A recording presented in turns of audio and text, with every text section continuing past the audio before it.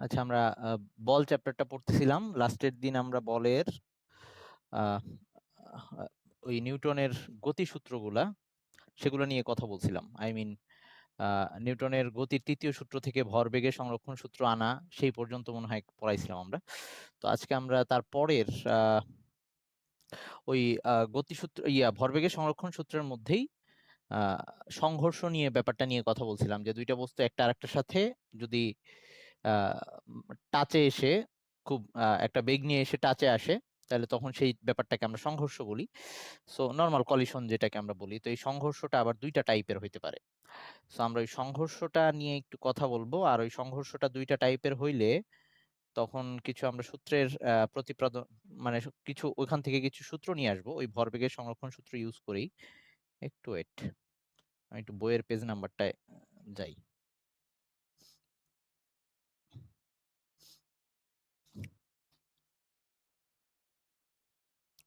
ওকে, so এখন বইয়ের মধ্যে এই সংঘর্ষ ব্যাপারটা আহ আর একটু পরে আছে। সংঘর্ষ ব্যাপারটা আর একটু পরে আছে, লাস্টের দিকে আছে। সো আমরা এই ব্যাপারটা দাঁড়া একটু, বইয়ের মধ্যে সংঘর্ষ, বইটা যে কেমনে করে কি গোছাইছে।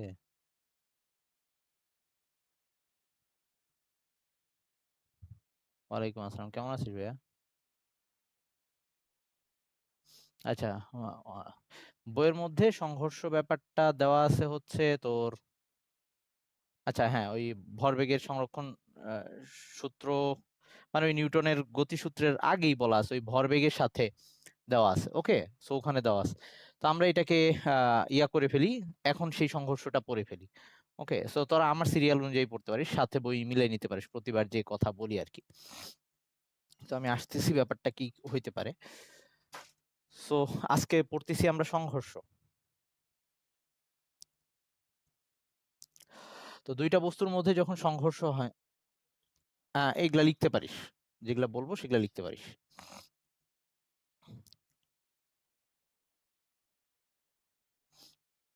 দুইটা বস্তুর মধ্যে যখন এরকম একটা আরেকটার সাথে মুখোমুখি টাচ হবে, বা মুখোমুখি না হয়ে একটা সামনে যাচ্ছে আর একটা পিছনে গিয়ে ধাক্কা দিবে, কোনো একটা বেগ নিয়ে টাচ হবে, একটা গতিশীল আছে আর একটা স্থির আছে, এরকম ব্যাপারটা হইতে পারে, এগুলাকে আমরা সংঘর্ষ বলি। তো সংঘর্ষ কি জিনিস সেটা নিয়ে আশা করি তোদের টেনশন নাই, সংঘর্ষ ব্যাপারটা কি। তো এই সংঘর্ষটা দুইটা টাইপের হইতে পারে, আমাদের এইটা নিয়ে কথা। এখন কথা হচ্ছে, আমরা অলরেডি ভরবেগের সংরক্ষণ সূত্র যখন পড়ছি তখন এই কথাটা বলছি যে সব সময় যে কোনো সংঘর্ষের ক্ষেত্রে এই ভরবেগের সংরক্ষণ সূত্রটা খাটবে। আচ্ছা, তবে একই সাথে আমাদের আরেকটা সূত্র আছে, সেটার নাম হচ্ছে শক্তির নিত্যতা বা শক্তি সংরক্ষণশীলতা। শক্তির সংরক্ষণশীলতা, এটা মনে হয় আমরা আগেও পড়ছি, সংরক্ষণশীলতা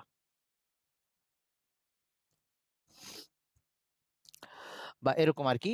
সো আমরা এই স্থিতিস্থাপক সংঘর্ষের ক্ষেত্রে গতিশক্তির যে ব্যাপারটা, দুইটা বস্তুর যে গতিশক্তি, সংঘর্ষের আগে মোট গতিশক্তি আর সংঘর্ষের পরের মোট গতিশক্তি, এই দুইটা গতিশক্তির সমষ্টিটা আহ, সমান হইতেও পারে নাও হইতে পারে। এইটার উপরে বেস করে, তো আমরা এইটার উপরে বেস করে সংঘর্ষকে দুইটা ভাগে ভাগ করছি। আমি আস্তে আস্তে সবগুলাই বুঝাবো। সংঘর্ষ দুইটা টাইপের হইতে পারে, একটা হচ্ছে স্থিতিস্থাপক, স্থিতিস্থাপক, আর একটা হচ্ছে অস্থিতিস্থাপক।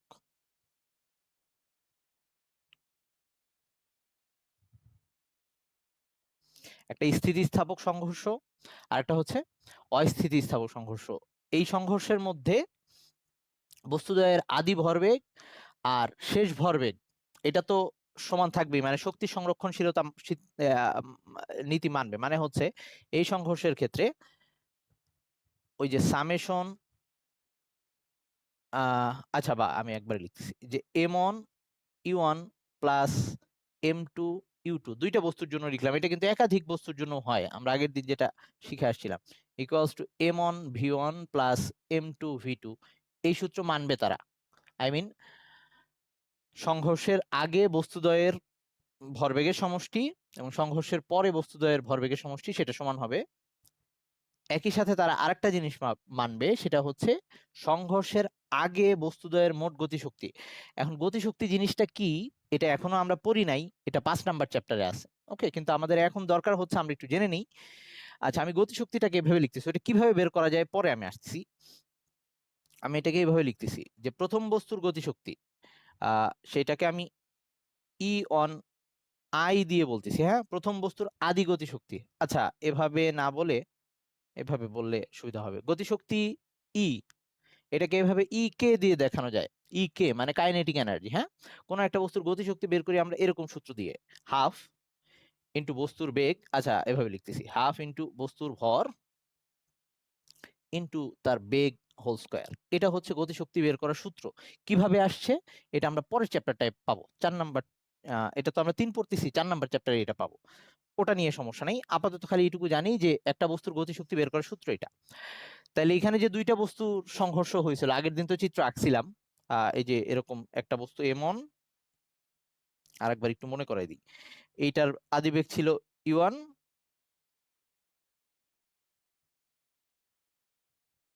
আর আরেকটা ছিল এম2, এটার আদিবেগ ছিল ইউ2।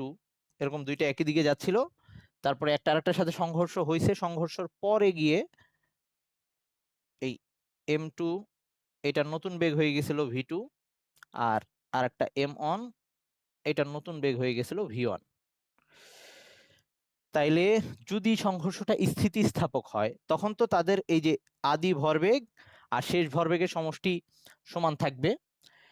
আর আরেকটা ব্যাপার ঠিক থাকবে, সেটা হচ্ছে তাদের আদি গতিশক্তি, দুইটার মোট আদি গতিশক্তি শেষ গতিশক্তির সমান হবে। মানে ব্যাপারটা এরকম দাঁড়াবে, আদি গতিশক্তিকে আমরা এভাবে লিখি হাফ, এই যে ভর, প্রথম বস্তুর ভর, প্রথম বস্তুর বেগ স্কয়ার, এটা হচ্ছে প্রথম বস্তুর আদি গতিশক্তি, প্লাস দ্বিতীয় বস্তুর half M on U, sorry এম2। আমি কোথাও এই যে 1 2 লিখতে ভুল করে ফেললে একটু বুঝে নিস। হ্যাঁ, মাঝে মাঝে বলি ঠিকই, লেখার সময় ভুল করে ফেলি, এগুলো একটু খেয়াল রাখিস, যদি ধরতে পারিস বলিস আবার। m1 v1 হোল স্কয়ার, আর হচ্ছে m2 v2 স্কয়ার। ওকে, এই ব্যাপারটা মানবে, এই দুইটা জিনিস তারা মানবে যখন স্থিতিস্থাপক সংঘর্ষ হবে। আর যদি অস্থিতিস্থাপক সংঘর্ষ হয় তখন এই ব্যাপারটা হবে যে ওই সূত্র তারা ঠিকই মানবে, ওই সূত্র দুই ক্ষেত্রেই মানবে, m1 u1 plus m2 u2 equals to m1 v1 plus m2 v2, এটা দুই ক্ষেত্রেই মানবে। ওকে, কিন্তু এই পরের যে সূত্রটা ওটা আর এক হবে না। আচ্ছা, আমি এটাকে এখন এইভাবে লিখতেছি পুরাটা না লিখে। এই যে এটা হচ্ছে প্রথম বস্তুর আদি গতিশক্তি, সেটাকে এভাবে বুঝাচ্ছি ই, এই যে কে দিয়ে, ই কে দিয়ে তো আমি গতিশক্তি বুঝাচ্ছি। আচ্ছা, আমি এটাকে ই1 লিখলাম, প্রথম বস্তুর আদি গতিশক্তি, আই দিয়ে ইনিশিয়াল বুঝাচ্ছি, একটু বুঝে নিস এই যে এই জিনিসটাই, প্লাস এই ই টু আই মানে হচ্ছে প্রথম বস্তুর দ্বিতীয় বস্তুর আদি গতিশক্তি, এই দুইটার যোগফল এবার সমান হবে না, মানে এটা নট ইকুয়ালস টু প্রথম বস্তুর শেষ, এই যে এফ ফাইনাল, এফ মানে হচ্ছে ফাইনাল, প্রথম বস্তুর শেষ গতিশক্তি প্লাস দ্বিতীয় বস্তুর শেষ গতিশক্তি, মানে এটাই আবার লিখবো এখানে, কিন্তু আমি দুইবার লিখলাম না, বুঝে নিস ওই একই জিনিস। এবার নট ইকুয়ালস টু হবে, এই দুইটা সমান হবে না। সহজ কথায় সবগুলা বস্তুর মোট আদি গতিশক্তি আর শেষ গতিশক্তি সমান হবে না। এইটা হচ্ছে স্থিতিস্থাপক সংঘর্ষ আর অস্থিতিস্থাপক সংঘর্ষ। তো আমরা পরীক্ষায় আমাদের ম্যাথে বলতে পারে যে দেখাও যে ওই উদ্দীপকের বস্তুদ্বয়ের সংঘর্ষটা স্থিতিস্থাপক, অথবা বলতে পারি স্থিতিস্থাপক না। তখন সেই ক্ষেত্রে আমরা এই যে এই দুইটা জিনিস দেখাবো, যদি স্থিতিস্থাপক দেখাইতে বলে দেখাবো ওই দুইটা সমান আসছে, আর যদি বলে যে স্থিতিস্থাপক হয় নাই তাহলে এরকম দেখাবো যে সমান হয় নাই, বা কখনো আস্ক করতে পারে যে সংঘর্ষটা স্থিতিস্থাপক হবে কিনা, এরকম বলতে পারে। আচ্ছা, তাহলে উভয় ক্ষেত্রে কিন্তু এই যে ভরবেগের সংরক্ষণ সূত্র নীতিটা মানছে, ওই ব্যাপারটা দুই ক্ষেত্রেই ঠিক থাকবে। থার্ড কোশ্চেনের ইকুয়াল সাইন কেন হইলো? আচ্ছা, এইখানে এটার কথা বলতেছিস সাদিয়া?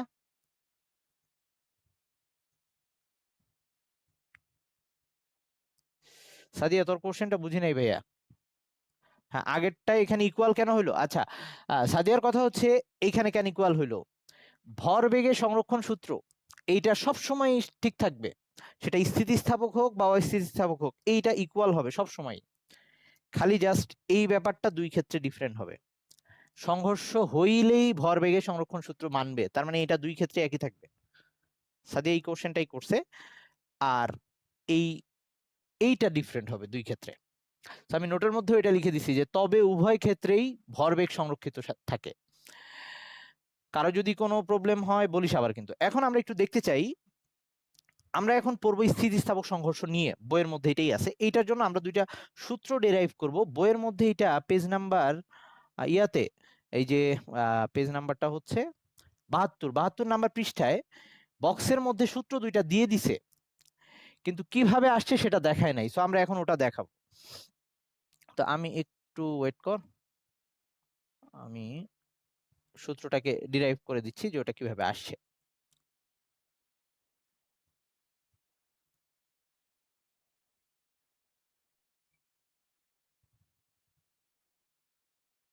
সহজ, একটু ধৈর্য ধরলে পারবো আমরা। তো আমরা এখন স্থিতিস্থাপক সংঘর্ষের জন্য একটা সূত্র ডিরাইভ করব, যাতে আমরা সহজে এই স্থিতিস্থাপক সংঘর্ষের ক্ষেত্রে শেষ বেগ কত হবে, বা ওই যে প্রথম বস্তুর শেষ বেগ কত হবে, দ্বিতীয় বস্তুর শেষ বেগ কত হবে, এগুলার মধ্যে সম্পর্কটা কিরকম সেগুলা বের করতে পারি সহজে। এমনিতেও আমরা ম্যাথ এগুলা সূত্র বসায় বের করতে পারবো, এটা একটু স্পেশালি দেখাচ্ছি, তাতে আমরা অনেক কিছু আইডিয়া পেয়ে যাবো। কারো কোনো কোশ্চেন থাকলে বলিস কিন্তু। তো আমরা এখন পড়তেছি স্থিতিস্থাপক সংঘর্ষ নিয়ে। স্থিতিস্থাপক সংঘর্ষ মানে, আর এবং আমরা যত সংঘর্ষের কথা বলবো, আচ্ছা বাদ দিই, ও নিয়ে আর চিন্তা করা লাগবে না। এখন স্থিতিস্থাপক সংঘর্ষ নিয়ে পড়তেছি। তো স্থিতিস্থাপক সংঘর্ষে দুইটা সূত্র, মানে একটা হচ্ছে m1u1 প্লাস m2u2। আচ্ছা, সবসময় আমরা কেন দুইটা লিখতেছি, এটা কিন্তু বলছি যে এখানে একাধিক বস্তু থাকতে পারে, বাট আমরা এই সংঘর্ষের জন্য স্পেশালি এখন যে সূত্রটা নিয়ে আসতে যাচ্ছি এটা দুইটা বস্তুর জন্যই। ওকে, সো m1v1, আমি কোথাও 1 2 লিখতে উল্টাপাল্টা করে ফেললে একটু আমাকে বলিস, খেয়াল করাই দিস। হ্যাঁ হ্যাঁ, যদি হ্যাঁ যদি তিনটা বস্তু থাকতো তাহলে এখানে m1u1 m2u2 প্লাস m3u3 এরকম লিখতো। আমরা এগুলারও অঙ্কগুলা দেখবো, বলবো আমি সামনে গিয়ে। হ্যাঁ, আচ্ছা এবার আসি।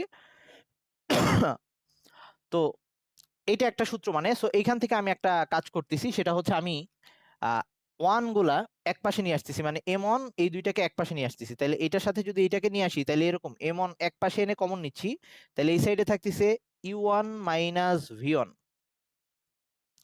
u1 মাইনাস v1, আর ওই সাইডে থাকতেছে, তোরা এটা তুলতে পারিস খাতায়, ওই সাইডে এই m2 টাকে নিয়ে যাচ্ছি, তাহলে এরকম আসতেছে m2 কমন নিলে এটা ওই সাইডে গিয়ে মাইনাস হয়ে যাচ্ছে v2 মাইনাস u2। কেউ না বুঝলে বলিস, এটা লেখা যায়, এটাকে 1 নাম্বার সমীকরণ দিলাম আমি, কেউ না বুঝলে বলিস। এই সংঘর্ষ আরেকটা সূত্র, মানে সেই সূত্রটাও লিখতেছি, যে দুইটার গতিশক্তির ব্যাপারটা যে বলছিলাম। তাহলে এই ক্ষেত্রে half m1 u1 square plus half m2 u2 square equals to half m1 v1 square plus half m2 v2 square. তো এইটার মধ্যে আবার আমি চাইলে এই দুই পাশ থেকে হাফ বাদ দিয়ে দিতে পারি। সো আমি এইখানেই মুছে দিই, তোরা একটু বুঝে নিস। আমি আচ্ছা, হাফ বাদ দিয়ে পরের লাইনে লিখতেছি। হাফ বাদ দিয়ে কি করলাম, এই যে m1 হাফ বাদ দিলে মনে হয় আমি মুছলাম, তোদের কি লেখা হয়েছে? তাহলে এখানে আমি হাফটা বাদ দিয়ে দিব। আচ্ছা, থাকুক হাফ। m1 এক সাইডে আনলাম, হ্যাঁ, ওই হাফ কাটাকাটি দিয়ে m1 এই সাইডে এরকম হবে u1 square minus v1 square, লিখতে ভুল টুল করলে বলিস কিন্তু, ইকুয়ালস টু হাফ ওই সাইডে m2, সরি হাফ তো কাটাকাটি চলে গেছে,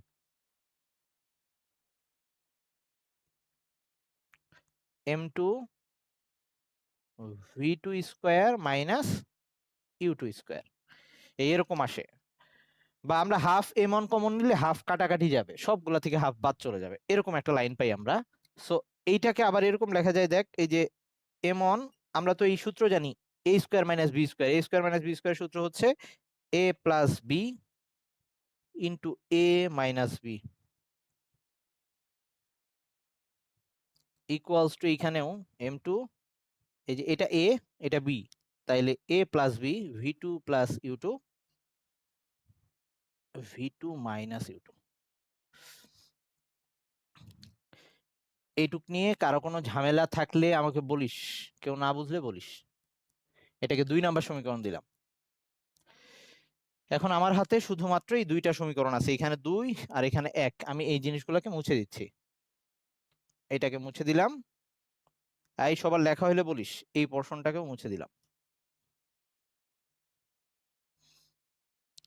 তো আমরা এবার এই 2কে 1 দিয়ে ভাগ দিই, 2 ভাগ 1 করতেছি। হ্যাঁ, সবাই একটু খেয়াল রাখিস এইটাকে আর এইটাকে। 2 ভাগ ভাগ 1 এটা যদি করি, তাইলে এটা দিয়ে এটাকে ভাগ দিব, তাহলে কি কি কাটা যাবে? এমন এমন কাটা যাবে, এখান থেকে ইউ1 মাইনাস ভিওয়ান, ইউ1 মাইনাস ভিওয়ান কাটা যাবে, থেকে যাবে শুধু।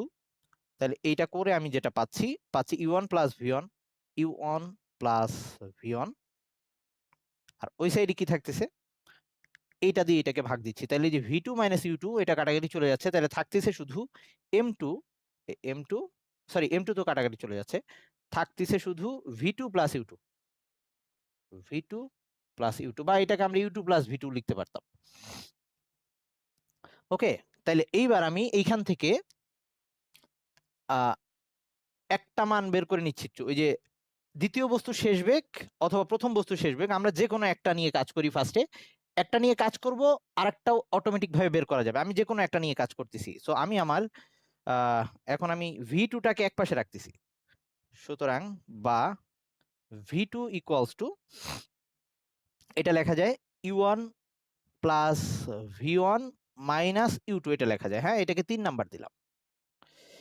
কেউ চাইলে এই ভি1 দিয়েও কাজ করতে পারতো, আমি ভি2 নিয়ে আসছি, আমরা ভি1ও বের করতে পারবো, মানে একই প্রসেস। ওকে, আমি দেখাবো লাস্টে।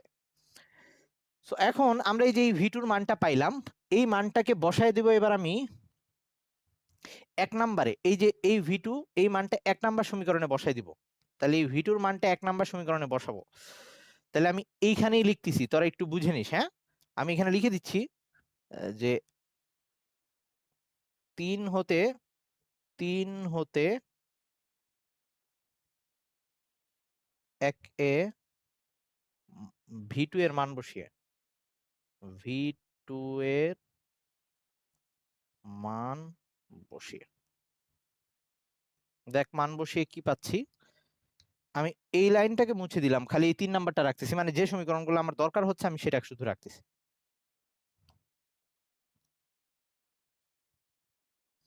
এই মানটাকে আমি এটার মধ্যে বসাই দিব, এই ভি2 এই জায়গাটায় বসাই দিব। তাহলে এরকম আসতেছে এম1 ইউ1 মাইনাস ভিওয়ান ইকুয়ালস টু এম2, ওই ভি2 জায়গায় আসতেছে ইউ1 প্লাস ভিওয়ান মাইনাস ইউ2 মাইনাস ইউ2, এরকম আসতেছে। দেখ সবাই বুঝছিস কিনা একটু?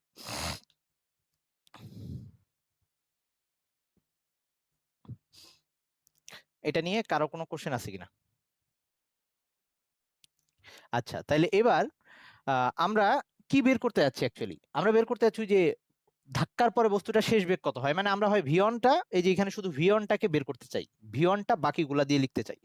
তাহলে আমি সবগুলোকে গুণ দিয়ে ভিওনকে এক পাশে আনতেছি। হ্যাঁ, সবগুলোকে গুণ দিচ্ছি, একটু খেয়াল করিস। এম1 এর সাথে ইউ1 কে গুণ দিয়ে দিচ্ছি। তো আমি এই লাইনটাকে, আমি এই সমীকরণগুলো রেখে দিচ্ছি, পরে কাজে লাগতে পারে আমার, অবশ্য আর লাগবে না আশা করি, এটা আরেকবার দরকার হইতে পারে। তো আমি যেটা করতেছি, এটার পরের লাইনটাকে আমি উপরে নিয়ে যাচ্ছি। তোরা একটু বুঝে নিস। এম1 ইউ1 এখানে লিখতেছি এম1 ইউ1 মাইনাস এম1 ভিওন, এম1 ভিওন। এটা কিন্তু জাস্ট একটা ক্যালকুলেশন, এখন একটু কঠিন মনে হইতে পারে, আরেকবার দেখলে সহজ লাগবে, সমস্যা নেই। এম1 ইউ1 মাইনাস এম1 ভিওন ইকুয়ালস টু, এখানে লিখতেছি এম2 ইউ1, এই গুণ দিচ্ছি, প্লাস এম2 ভি1। আর এইখানে একটা ব্যাপার দেখ, মাইনাস ইউ2 মানে দুইটাকে একসাথে যোগ করলে হয় -2u2, মানে এটাকে এরকম লেখা যায়। আমি এখানেই মুছে ঠিক করলাম, -2u2 এই কথাটা লেখা যায়। তাহলে এই এম2টা এখানে গুণ দিয়ে দিই, তাহলে এরকম হয়ে যাবে -2 m2 u2 এই ব্যাপারটা আসবে। আর আমি কি বের করতে যাচ্ছি, v1টা বের করতে যাচ্ছি। v1 দেখ দুই জায়গায় আছে, তাহলে v1 কে এক পাশে এনে কমন নিব, v1 কে এক পাশে এনে কমন নিব। তাহলে v1 কে আমি এক পাশে আনতেছি, সেটা হচ্ছে এটাকে ওই পাশে নিয়ে যাচ্ছি। m2 v2 ছিল যেটা, সরি v1টাকে কমন নিচ্ছ ওই পাশে, এটাকে ওই পাশে নিয়ে গেলে আচ্ছা কি হয় ওটা আমি লিখতেছি, এরকম হচ্ছে m2 এটা প্লাস হয়ে যাবে ওই সাইডে, তাহলে m1 v1 ওই সাইডে গিয়ে প্লাস হয়ে গেল, হ্যাঁ, প্লাস m2 v1। আবার বুঝিস কিন্তু এটাকে ওই পাশে নিয়ে গেছি, তাহলে এরকম থাকে ওই পাশে। আর এই যে m2 u1 আর এটাকে এক পাশে নিয়ে আসছি, এটাকে কিভাবে নিয়ে আসছি, এই দুইটা, এটাকে যদি এই সাইডে নিয়ে আসি, মানে এটাকে ওই পাশে নিয়ে এটাকে এই সাইডে নিয়ে আসছি এটা, তাহলে কি হবে m1 u1 এটা আগে থেকে আছে, এটা এই সাইডে এসে মাইনাস হয়ে যাবে, মাইনাস m2 u1, আর এটা এই সাইডে এসে প্লাস হয়ে যাবে, প্লাস 2 m2 u2। আমি কি করছি আবার বলতেছি, এই ভিয়ন m1 ভিয়ন এটা ধরে ওই সাইডে নিয়ে গেছে, ওই সাইডে দিছি কিন্তু ওই সাইডে যা যা থাকে পুরাটাকে এক পাশে লিখছি, মানে m1 ভিয়ন আর m2, মানে ভিয়ন কে এক পাশে রাখছি। আর এইখানকার যে ওই সাইডে যত u1 u2 এগুলা যা ছিল এগুলা সব এক পাশে নিয়ে আসছি, এরকম হয়েছে, চিহ্ন চেঞ্জ হয়ে গেছে। তোরা আরেক ধাপেও করতে পারিস, আগে এই সাইডে পুরা উল্টে নিতে পারিস, তারপরে এরকম করতে পারিস যদি কষ্ট মনে হয়, বুঝছিস তোরা আশা করি। আচ্ছা, তো এইখানে এখন আমি v1টাকে যদি কমন নিই, এখানে এরকম থাকতেছে, আমি তো v1ই বের করতে চাই, v1 কমন নিলে m1 প্লাস m2 এটা থাকতেছে। আর ওই সাইডে দেখ এখানে u1 কমন আছে, সো আমি এটাকে এরকম করলাম, u1টাকে কমন নিলাম, তো u1টাকে কমন নিলে এরকম আসে m1 m2 সাথে u1 আসে, u1টাকে এই সাইডে না লিখে ওই সাইডে লিখলাম, কমন কিন্তু দুই সাইডেই লেখা যায়। ওকে, এই সাইডে লিখলাম u1 আর সাথে থাকলো 2 m2 u2, এরকম একটা কিছু আসলো। কারো আশা করি এটুকু কোনো ঝামেলা নাই, কারো কি এটাই ঝামেলা আছে? ওকে, এই লাইনটা এখন মুছে দিচ্ছি, এটা এখন আমাদের দরকার হবে না। এখন আমাদের v1 এর মান দরকার, এতক্ষণ এত কাহিনী করছে শেষ বেগটা জানার জন্য, যে দুইটা বস্তুর মধ্যে সংঘর্ষ হইলে, স্থিতিস্থাপক সংঘর্ষ হইলে অবশ্যই স্থিতিস্থাপক কথাটা বলতে হবে, সেই ক্ষেত্রে v1টা কত আসে সেটা আমরা বের করতে যাচ্ছি। তাহলে m1 m2 এই পুরাটা ওইটার সাথে চলে যাবে, তো ওইটাকে দিয়ে যদি ভাগ দিই এরকম আসতেছে। আচ্ছা, এখানে আমি মনে হয় একটা ভুল করছি ভাইয়া, সরি, এই যে দেখ এখানে তোরা কি খেয়াল করিস না, এই যে এখানে কিন্তু মাইনাস, আমি এটা ভুল করে ফেলছি, মাইনাস হবে, সরি।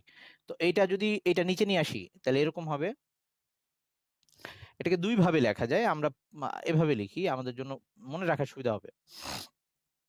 এই m1 প্লাস m2 দিয়ে এটাকে যদি ভাগ দিই তাহলে এরকম আসতেছে মাইনাস m1 মাইনাস m2, এটার নিচে আসতেছে m1 প্লাস m2, পুরাটার সাথে u1টা গুণ থাকতেছে, মানে পুরাটার নিচে এটা দিয়ে ভাগ দিচ্ছি, এটার নিচেও ওইটার নিচেও, প্লাস আই মিন পুরা সমীকরণটাকে m1 প্লাস m2 দিয়ে ভাগ দিচ্ছি।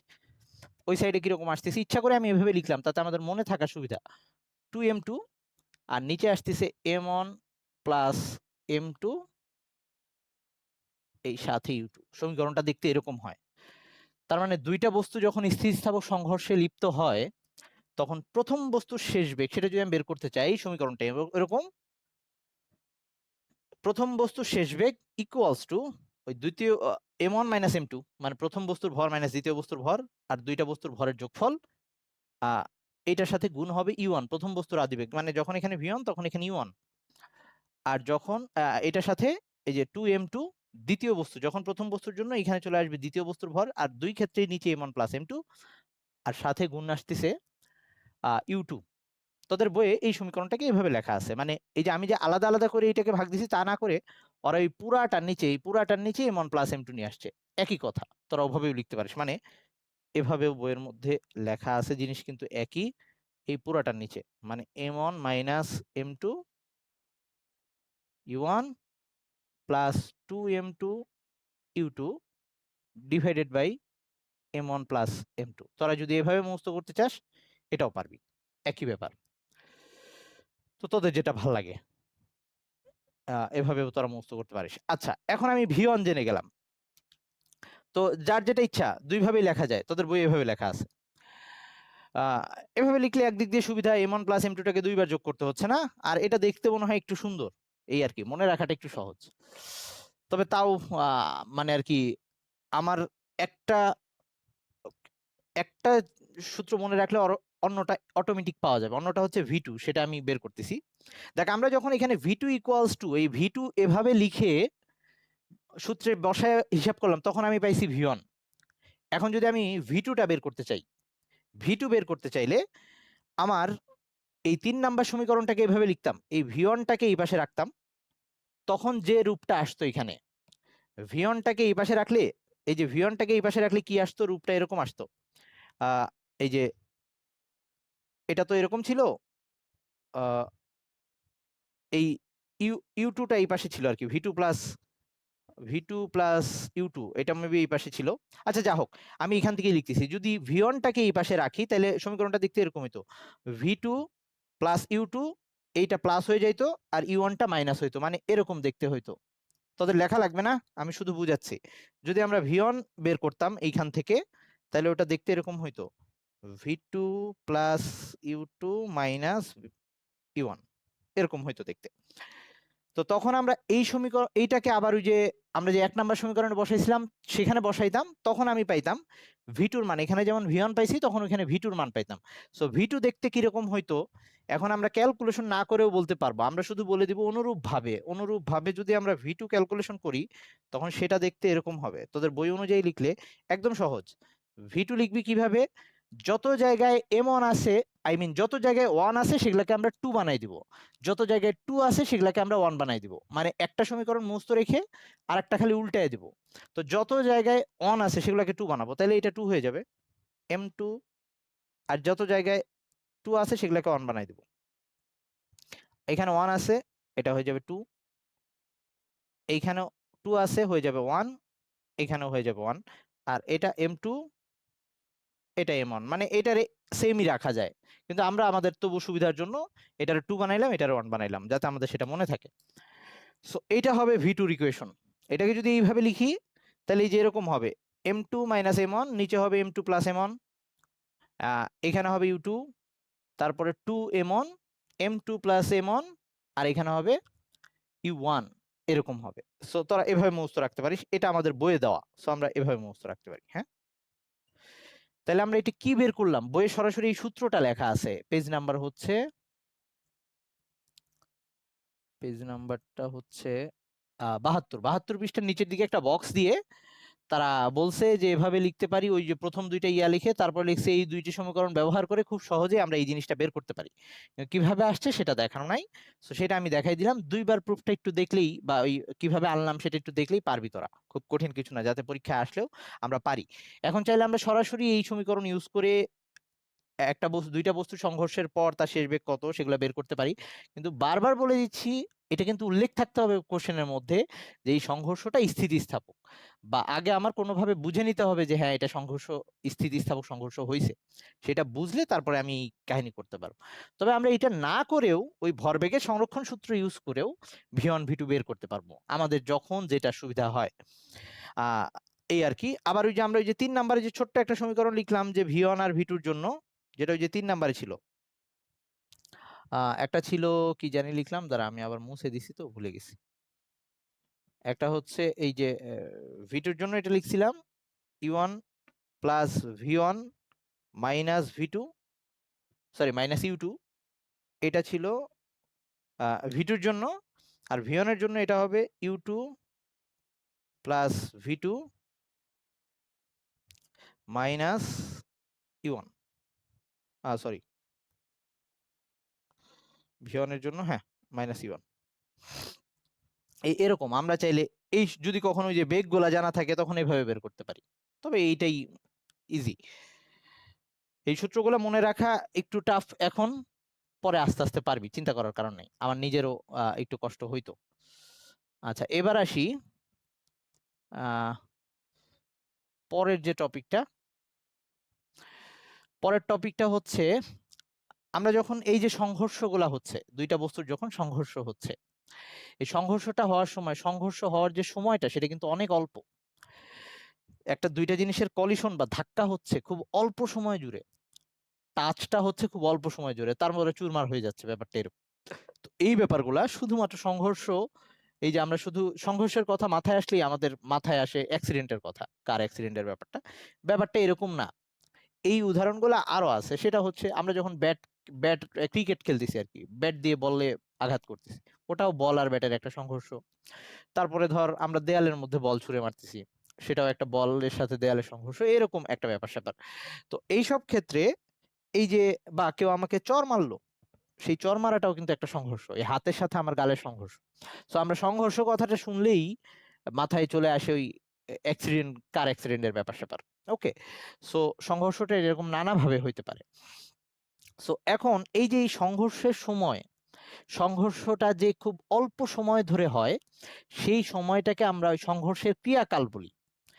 এবং সংঘর্ষের একটা বৈশিষ্ট্য হচ্ছে এই সময়টায় অল্প সময় জুড়ে খুব বৃহৎ মানের বল প্রযুক্ত হয়। খুব অল্প সময় বাট বৃহৎ মানের বল প্রযুক্ত হয়। আমি যখন একটা ক্রিকেট বলকে ব্যাট দিয়ে আঘাত করতেছি, বলের সাথে ব্যাটের টাচ হয়েছে খুবই কম সময়, সেটা হয়তো মানে 0.001 সেকেন্ড বা আরো ছোট এরকম হইতে পারে, মানে সেকেন্ডেরও ভগ্নাংশ। ওকে, কিন্তু বলটা প্রযুক্ত হয়েছে অনেক বেশি, সে খুব বড় মানের বল অনেক বেশি সময় ধরে প্রযুক্ত, সরি, অনেক অল্প আহ, মানের সময় ধরে প্রযুক্ত হচ্ছে। এই টাইপের বলগুলাকে আমরা ঘাত বল বলি বা ইম্পালসিভ ফোর্স বলি। তাইলে পরের টপিকটা হচ্ছে ঘাত বল। ঘাত বলটা কি? যখন খুব বড় মানের বল অল্প সময় ধরে প্রযুক্ত হবে। ঘাত বল হচ্ছে বৃহৎ মানের বল, ক্রিয়াকাল খুবই অল্প।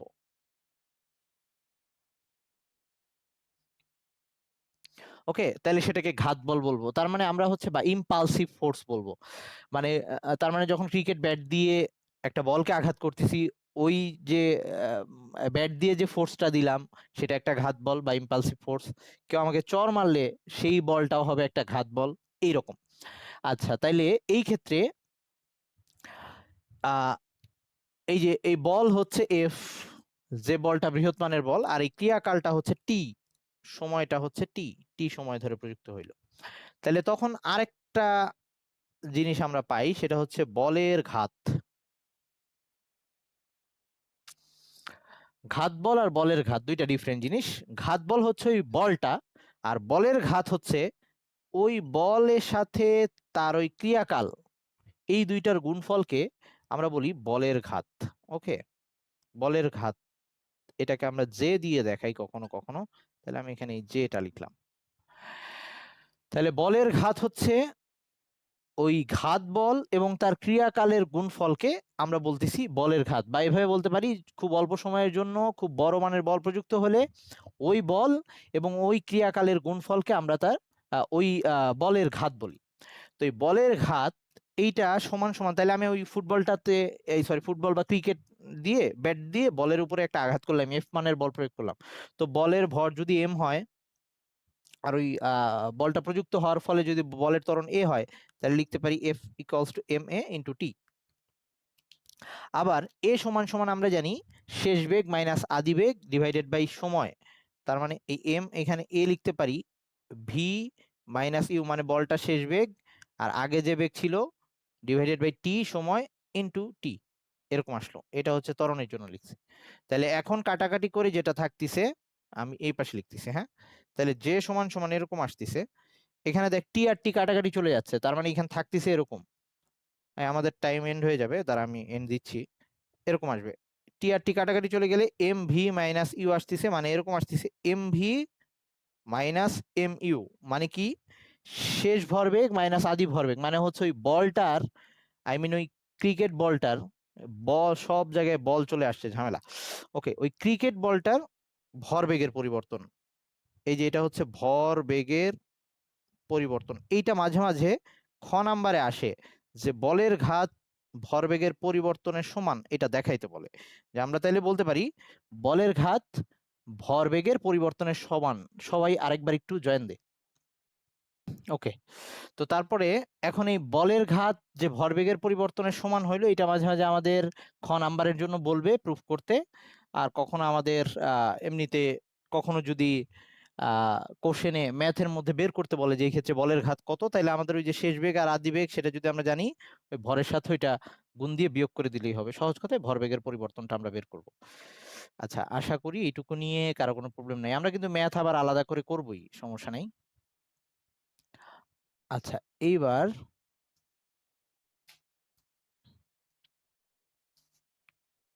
তোদের বইয়ে সবকিছু সিকোয়েন্সটা এত বাজে ভাবে সাজানো। ওকে, ঘর্ষণ বল নিয়ে পরেই বলবো। আচ্ছা, আমরা এই মৌলিক বলের যখন ফার্স্টে সংজ্ঞা পড়ছি, তখন আমরা এখানে মহাকর্ষ বল নিয়ে মানে মহাকর্ষ বল নিয়ে একটা বল বলছিলাম। সো মহাকর্ষ বলটা কি, এখন সেটা ডিটেলস পড়বো আবার। টাইম আছে, তোরা আশা করি এখন পর্যন্ত বিরক্ত হস নাই, আমি মনে হয় বলতে পারি।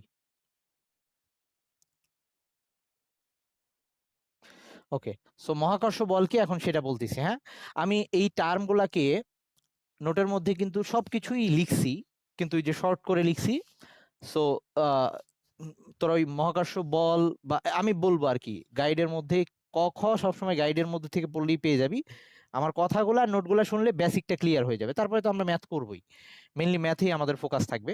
সো এবার আসতেছি মহাকর্ষ বল।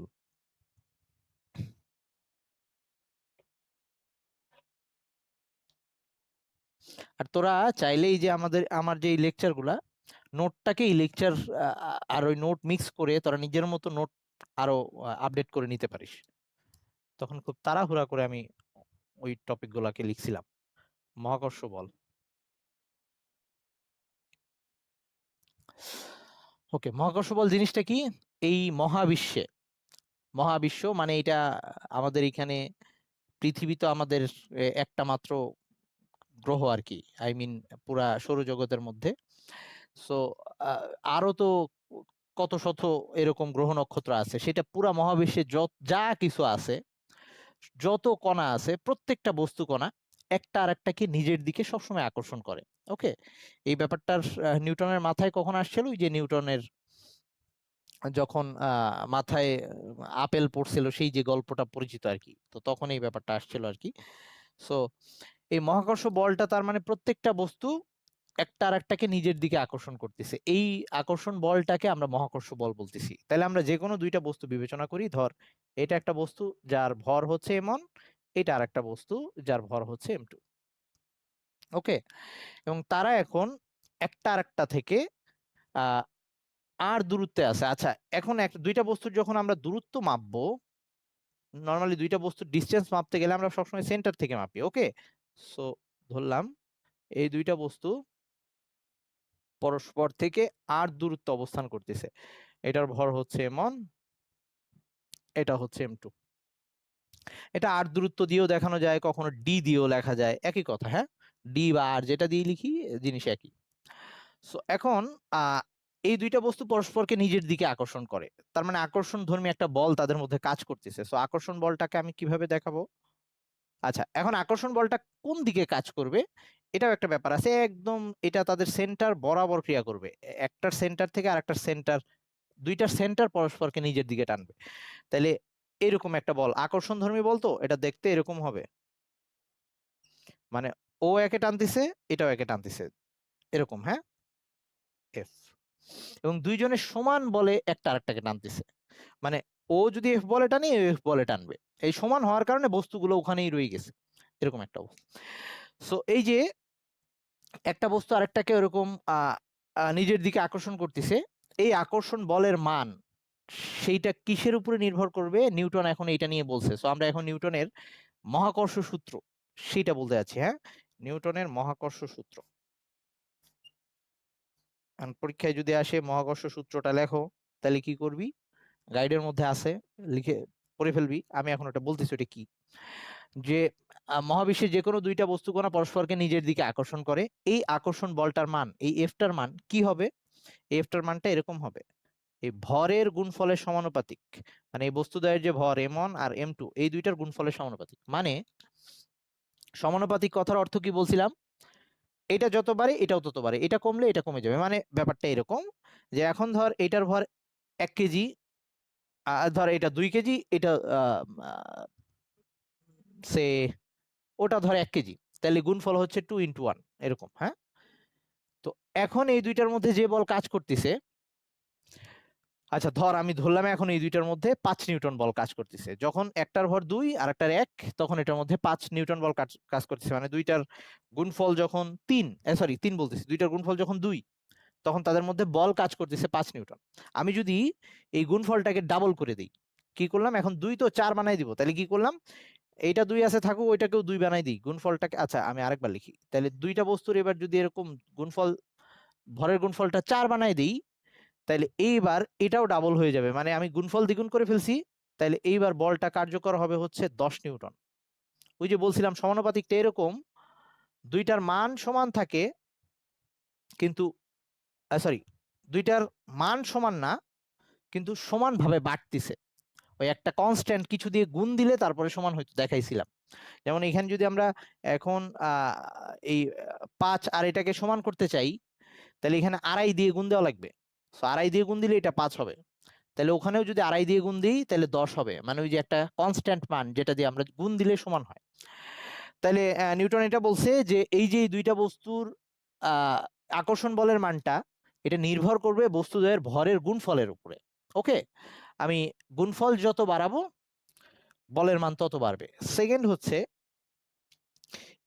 এইটা শুধুমাত্র গুণফলের ব্যাপারের উপরে নির্ভর করে এরকম না, আমি এই ভর দুইটাকে ঠিক রাখলাম, মানে 2 কেজি আর 1 কেজি, কিন্তু আমি বস্তু দুইটাকে কাছে দূরে আনা নেওয়া করলাম, মানে আর এর মান যদি চেঞ্জ করি তখনও বল চেঞ্জ হয়ে যায়। মানে আমি ভর ঠিক রেখে ওটাকে 2 আর 1ই রাখলাম, কিন্তু দূরত্ব চেঞ্জ করে দিলে তখনও এদের ইয়াটা চেঞ্জ হয়ে যাবে, বলের মানটা চেঞ্জ হয়ে যাবে। এবং সেটা কিভাবে চেঞ্জ হবে, সেটা হচ্ছে ব্যস্তানুপাতিক হারে, এরকম হবে বর্গের ব্যস্তানুপাতিক হারে। মানে ওই দূরত্বের বর্গের ব্যস্তানুপাতিক, ব্যস্তানুপাতিক কথার অর্থ হচ্ছে এইটা বাড়লে এটা কমে, এরকম উল্টা সম্পর্ক, এটা হচ্ছে ব্যস্তানুপাতিক। তোরা ম্যাথের মধ্যে মনে হয় অনুপাত সমানুপাতের চ্যাপ্টার পড়ার কথা, না পড়লে এখন বুঝে যাবে। মানে এবার ব্যাপারটা এরকম যে আমি যদি এখন তারা ধর 1 মিটার দূরত্বে আছে, এরকম ধরলাম 1 মিটার দূরত্বে আছে,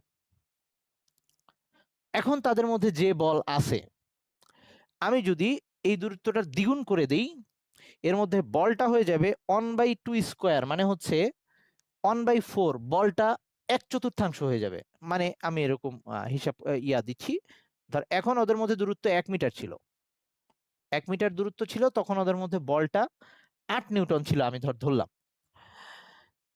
আর যদি এখন আমি এটাকে দ্বিগুণ করে 2 মিটার করে দিই, তখন এটা 1/2 স্কোয়ার, মানে এখানে আমি দূরত্বকে দ্বিগুণ করে দিছি।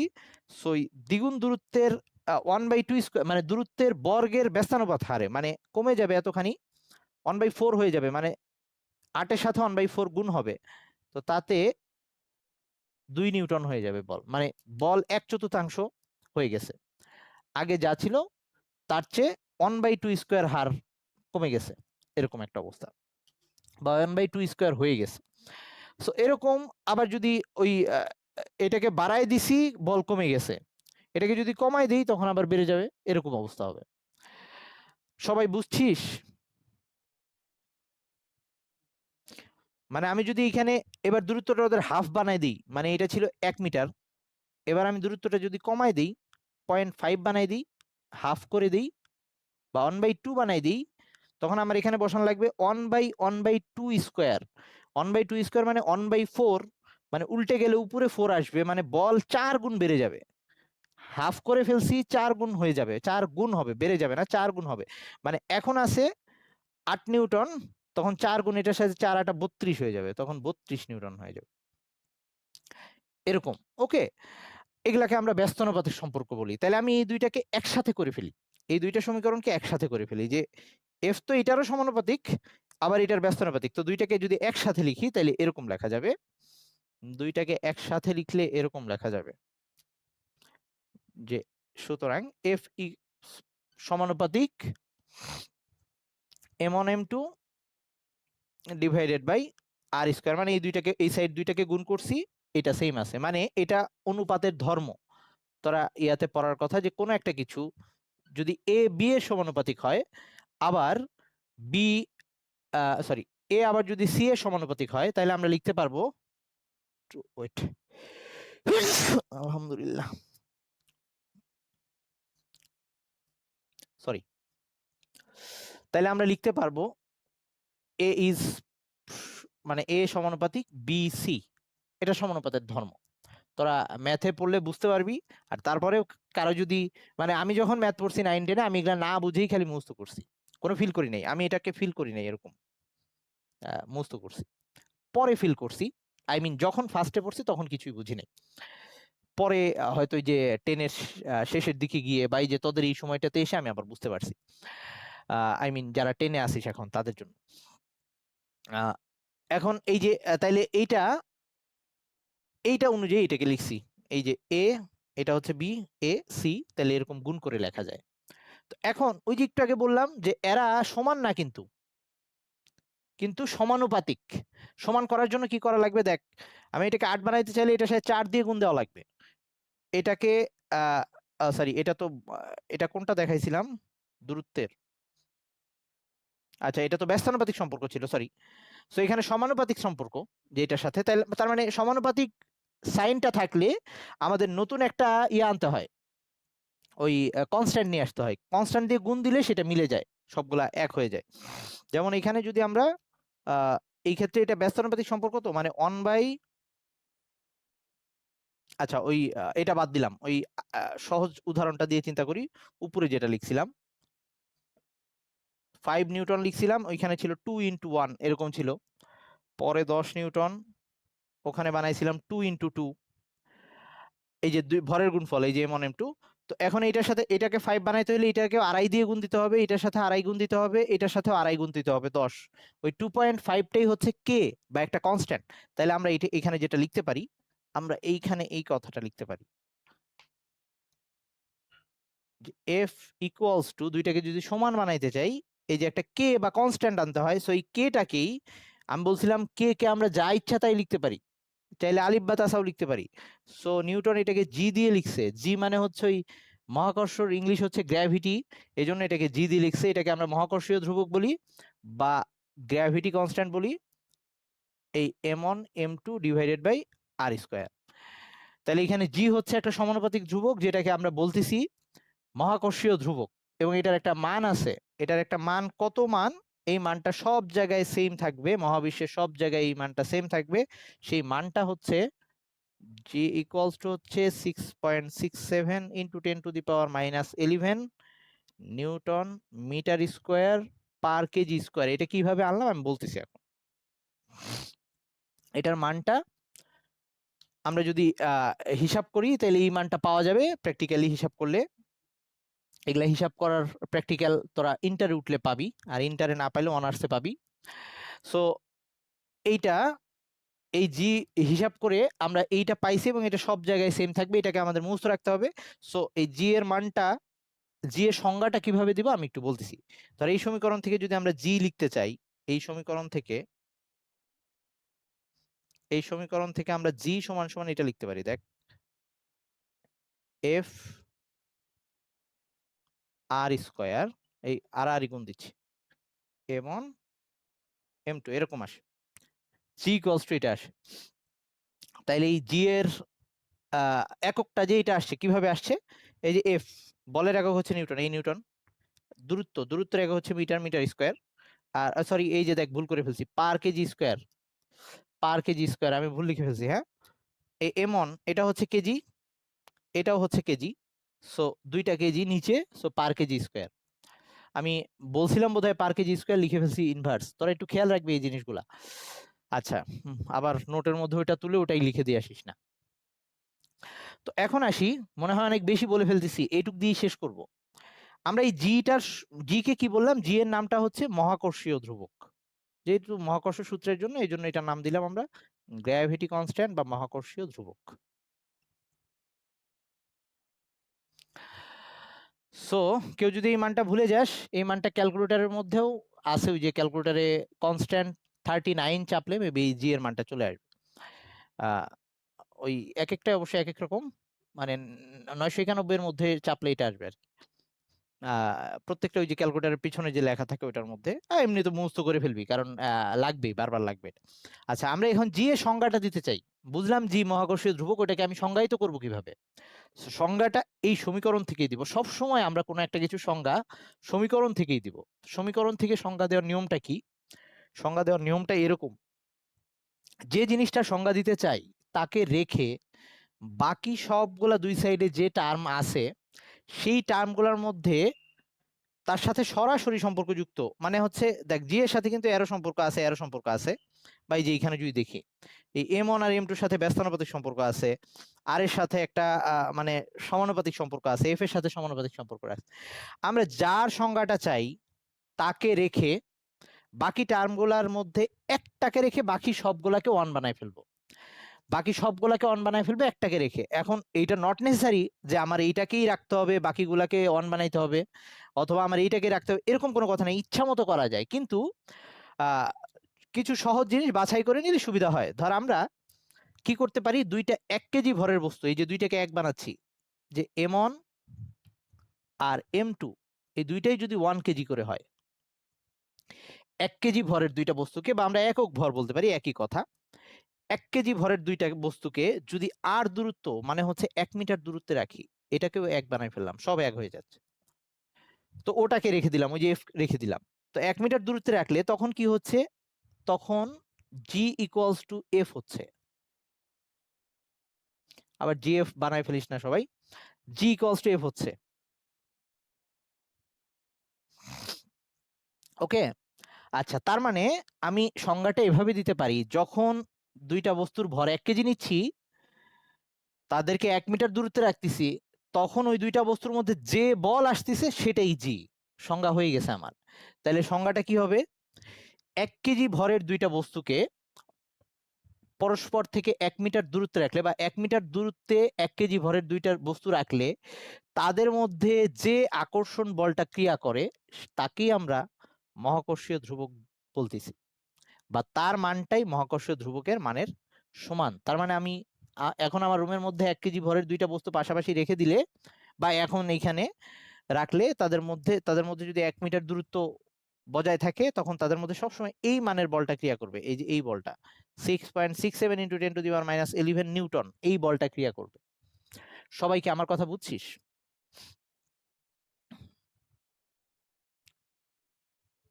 সবাই মনে হয় মোটামুটি মারা গেছিস।